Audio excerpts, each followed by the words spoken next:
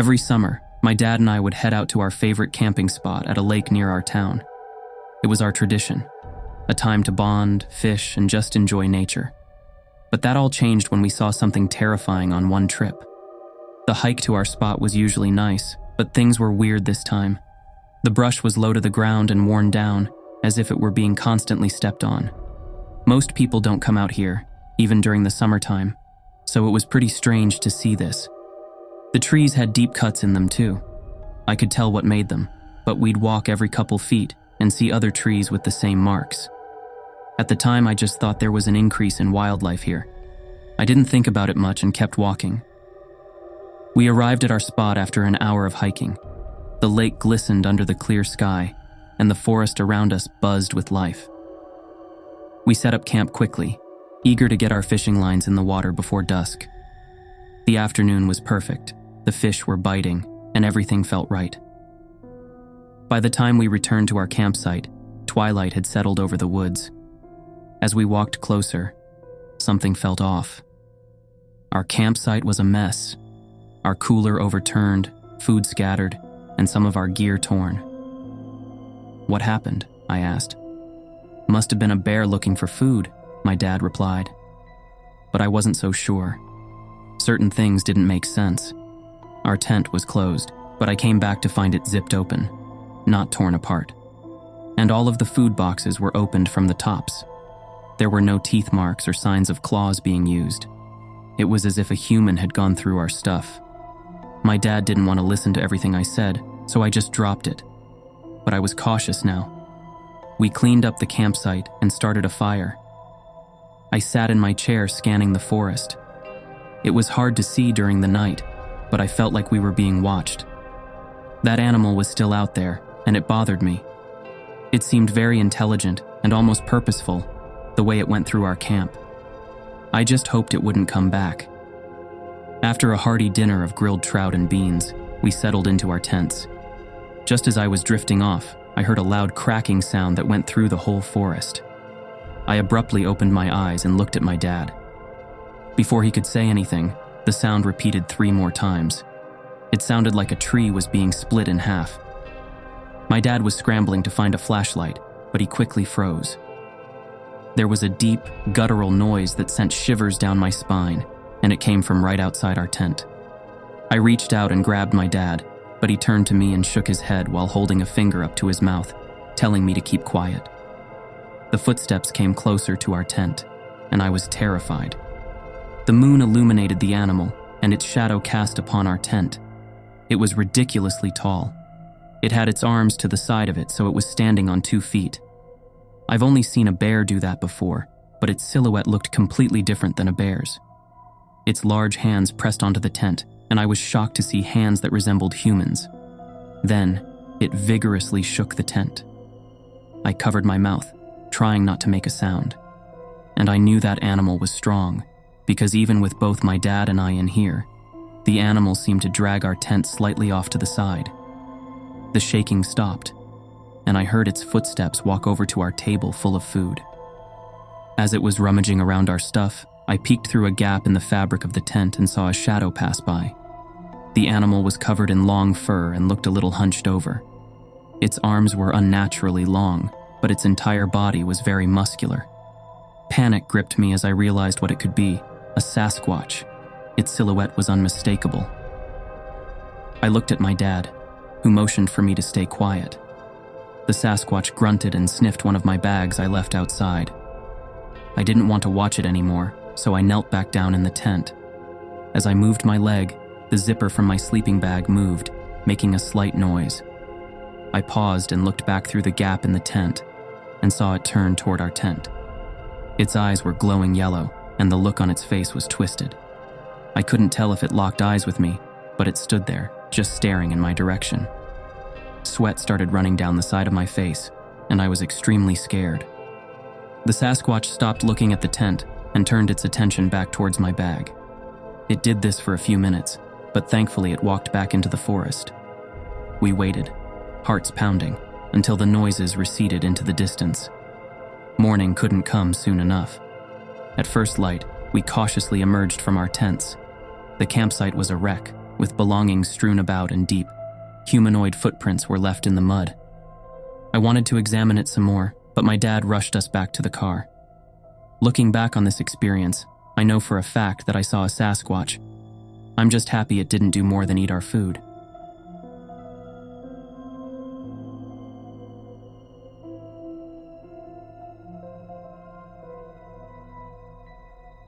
Walking in the woods behind my backyard had always been a favorite pastime for both me and my dog Ace. The trail was not used a lot because it was more on the outskirts of the city, so I usually had it all to myself. Ace loved these walks even more than I did. He's always leading the walks and sniffing out all the interesting scents the forest had to offer. One late afternoon, I decided to take a different route. The main trail was starting to feel a bit too predictable, and I was in the mood for a little adventure. The brush was very dense, sometimes it went all the way up to my knees, and I almost ran into 3 spider webs. The forest seemed more like a jungle now. Ace had no trouble finding a path of his own. After 30 minutes, the terrain seemed a little bit easier to walk in, but the deeper we went into the woods, the more nervous I got. Ace seemed on edge too. His ears were perked, and he was hyper-focused in one direction. He suddenly stopped and started growling softly in one direction. I've never seen him like this. He was on high alert. "What's wrong, Ace?" I asked, scratching behind his ears. He just stared into the distance, his growl becoming louder, and he even bared his teeth. I looked in the direction Ace was focused on and saw the bushes moving, as if something large was making its way through. My heart skipped a beat. I couldn't see what it was, but the rustling was too deliberate to be caused by the wind. "Ace, come on, let's head back," I said quietly, trying to keep my voice calm. But my dog wouldn't budge. His growling grew louder, and before I could react, he yanked the leash from my hand and bolted towards the movement in the bushes. "Ace!" I screamed, chasing after him. My feet pounded the forest floor, my breath coming in short, panicked gasps. Ace's barks echoed through the trees, guiding me as I ran. But then I heard another noise, a deep, unnatural scream that sent chills down my spine. It wasn't Ace. It was something else, something bigger. I needed to get to him fast, but the thick forest was hard to run in. The trail grew wilder. The underbrush seemed to be getting taller. I stumbled over roots and ducked under low-hanging branches, desperate to catch up to Ace. His barking led me to the mouth of a dark cave, hidden among the rocks and foliage. Ace stood at the entrance, barking furiously. His normally confident stance was now tense, his tail tucked between his legs. I approached cautiously, making sure he didn't run away. "Ace, come here, boy," I called, my voice trembling. But he wouldn't move. He kept barking at the cave as if warning whatever was inside to stay away. I immediately backed away from the cave when a long, hairy arm with human-like fingers emerged from the darkness. It reached out of the cave and grabbed a fallen log, hurling it at Ace with frightening strength. Ace dodged it, but whimpered and backed away, finally coming to my side. The creature walked slowly out of the cave, but stopped right at the entrance. I couldn't believe what I was seeing. It was freakishly tall and muscular, covered in hair from head to toe. It was breathing heavily, as if it was angry. My hands shook as I grabbed Ace's leash. "Let's go!" I yelled, tugging him away from the cave. He didn't need any more encouragement. Together, we turned and ran, not stopping until we were back on the main trail. I didn't look back until we were safely out of the woods and back in my backyard. Only then did I let myself breathe, collapsing onto the grass with Ace beside me. He nuzzled my hand, his body trembling slightly. I held him close, my own fear slowly subsiding as I tried to process what had just happened. I found myself avoiding the woods. The memory of that hairy arm, the menacing growl, the log flying through the air, it all played over and over in my mind. I didn't know what kind of creature we had encountered, and I wasn't eager to find out. Now, when I take Ace for walks, we stick to the more open trails. The wide paths and the presence of other people make me feel safer. I still love the woods, but the sense of adventure has been replaced by a healthy respect for the unknown. I may never know what we encountered that day, but one thing is certain. I'll never forget the terror of those moments. and I'll always be grateful that Ace and I made it out of those woods unharmed.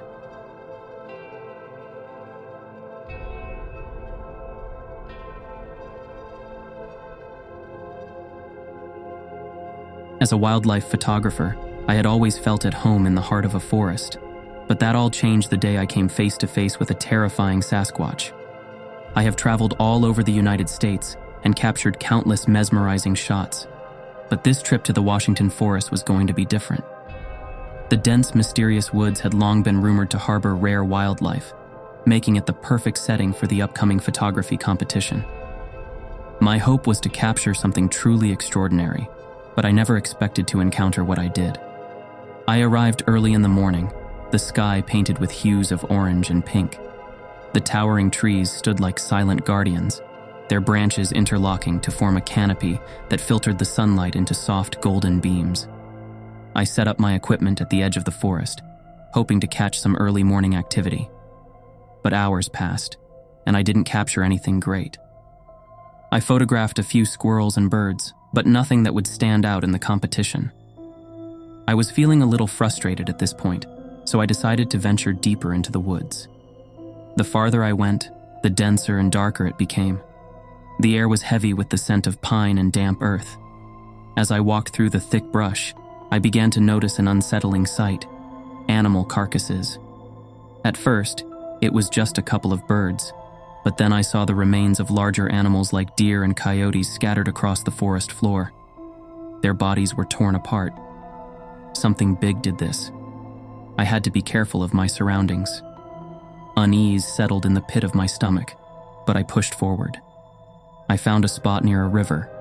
This seemed like an ideal location to set up my camera. Hidden in the bushes, I waited patiently. Over the next hour, I captured shots of beavers building dams and elk grazing by the water's edge. These images were good, but I still waited for something more. I was determined to stay longer, even though I had been in the forest for at least 5 hours, and I was getting tired. I began closing my eyes to rest for a little while, when out of nowhere, there was a piercing scream that echoed through the forest. I've never heard anything like it before. It sounded like a roar and a howl, filled with raw, primal power. My heart pounded in my chest and I froze, straining my ears for any further noise. The forest, which was active and lively, had gone completely silent. The birds stopped chirping, and there wasn't any movement at all. The sound of the river was all I heard. I didn't know which direction the howling came from, but it sounded very close, so I decided to stay put, remaining hidden in the bushes. Minutes passed by, and I began to finally relax. More wildlife showed up, and I was able to photograph amazing pictures. I captured all the photos I needed at this point, so I began packing up my gear to head out. Right as I was about to stand up, I heard the sound of heavy footsteps. They were slow and deliberate, crushing leaves and snapping twigs with every step. Fear gripped me as I tried to convince myself it was just a deer. I reached for my camera, but it was packed up in my bag. Then, out of the shadows, it emerged. The creature stood about 8 feet tall, its massive frame covered in dark, thick fur.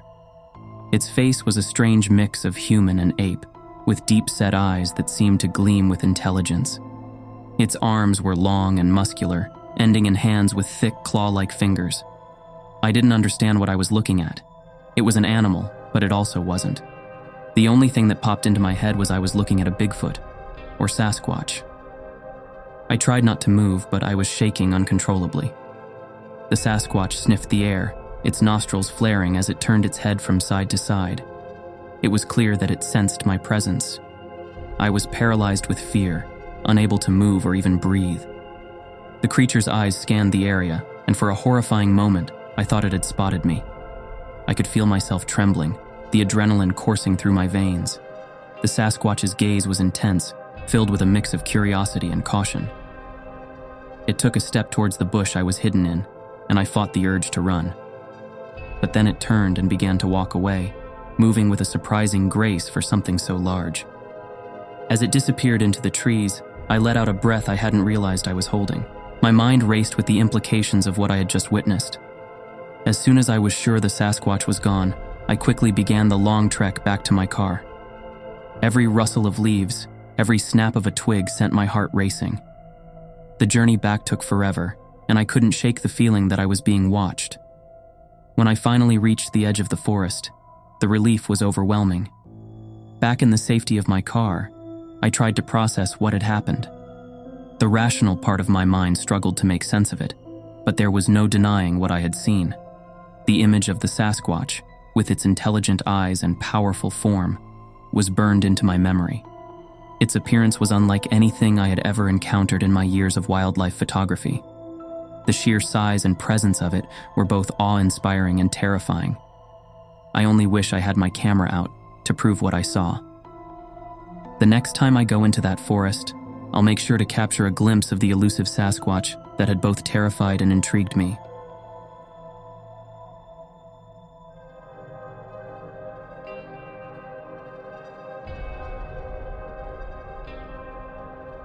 Every couple years I drive to a small cabin in the mountains to focus on writing my new novels. Being isolated with no distractions is the best way for me to write. The drive to the cabin was peaceful and long. My car's tires crunched on the gravel as I pulled up to the secluded wooden structure. The cabin stood alone, surrounded by huge pine trees that cast long and had an ominous look to it. I was here to finish my latest novel, a project that had been consuming me for months. The solitude and tranquility of the woods were supposed to be the perfect antidote to my writer's block. I unpacked my bags and carried them inside. The cabin was rustic but comfortable, with a large stone fireplace dominating the main room and a small kitchen tucked away in one corner. A narrow staircase led to the loft where the bedroom was located. I took a deep breath, relishing the crisp, clean air and the absolute silence that enveloped the place.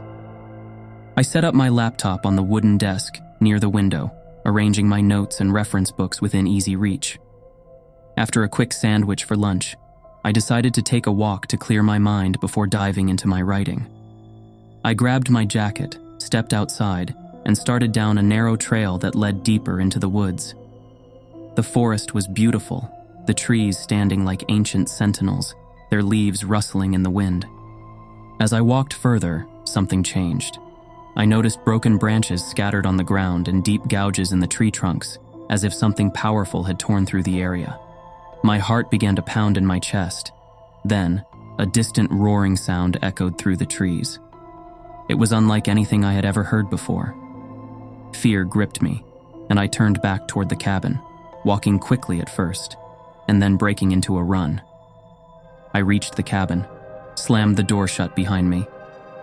The animals out here never came up to the cabin before, so I didn't think I'd have to worry about anything. I tried to put the unsettling encounter out of my mind and focused on my writing. The hours passed quickly as I immersed myself in the world of my novel. Before I knew it, night had fallen. The cabin was dark except for the light from my laptop screen and the flickering flames in the fireplace. A soft, rustling sound then came from outside the cabin. I paused, listening intently. The noise grew louder and closer. It was coming from all around the cabin. Something was moving through the underbrush. I stood up, my heart pounding again, and moved to the window. I peered out into the darkness but didn't see anything. The noises stopped, and now it was eerily silent. It was probably a fox running around, so I went back to my desk and continued with my writing. Before I could type my next sentence, my car alarm went off. I ran back to the window and saw the flashing lights from my car glowing in the dark. I picked up my keys and stopped the alarm. I looked back out the window and saw a shadow move at the edge of the clearing. It startled me because the shadow was very large. I squinted, trying to make out what it was, and gasped. It looked like a tall man, but it was too big, too bulky. My breath caught in my throat as the figure stepped into the light cast by the moon. It was a giant, ape-like creature, covered in dark fur. It had to be at least 7 or 8 feet tall, with broad shoulders and long arms that hung down almost to its knees. It walked up to my car again and looked at it curiously.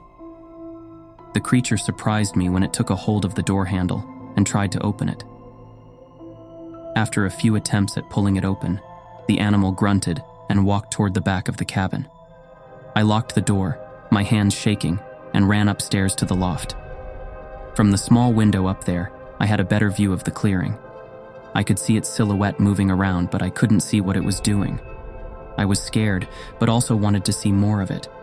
So I grabbed a flashlight and immediately turned it on. I pointed it through the window, hoping to see the animal more clearly. The beam of light cut through the darkness, illuminating the creature. It roared, a deafening sound that made my blood run cold. It seemed frightened from the light. It quickly turned its back to me and fled into the woods. I sat by the window all night, seeing if it would come back. The noises outside continued, the rustling and occasional roars keeping me on edge. I knew I couldn't stay here. The idea of driving through the woods at night was terrifying, but staying in the cabin with that creature lurking outside was worse. I left the cabin right at dawn. I didn't want to be here anymore, but I got the feeling that the animal didn't want to harm me. It seemed more curious than anything, but at least it gave me an idea for my next novel.